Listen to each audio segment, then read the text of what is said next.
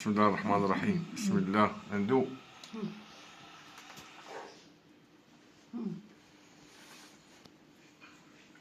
والله طيبة. اليوم أكلة حلو من 3 مكونات طيبة وظريفة وسهلة. معي هون 3 موزات بدي أمعصهم. بسم الله. شاي جوز هند المكون الثاني، كاسة كاملة. بننزل الكاكاو بعد منه معلقتين كبار، وهلا بنحركهم مظبوط.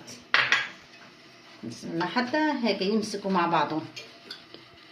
هون خلصت عجنتها وخلصت، بس زودت لها موزه وكاسه نص كاسه جوز هند وصلت معي لهالقوام.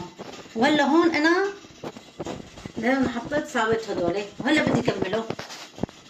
تمام، تعالوا ارجيكم كيف بصير.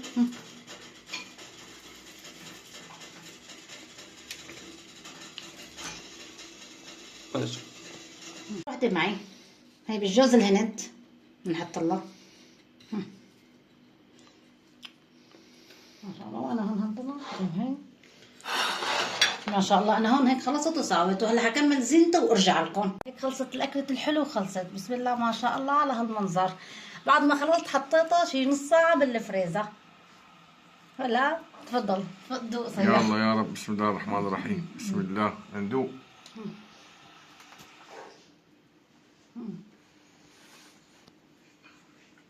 والله طيبة.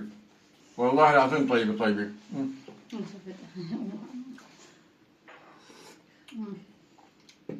والله بتاخذ العقل. والله طيبة. يسلموا ايديكي. والله ظريف. صحتين وهنا. جربوها واكيد رح تعجبكم. لا تنسوا تعليقاتكم بس واعجاباتكم، الله يرضى عليكم. اشتركوا بالقناة. اشتركوا.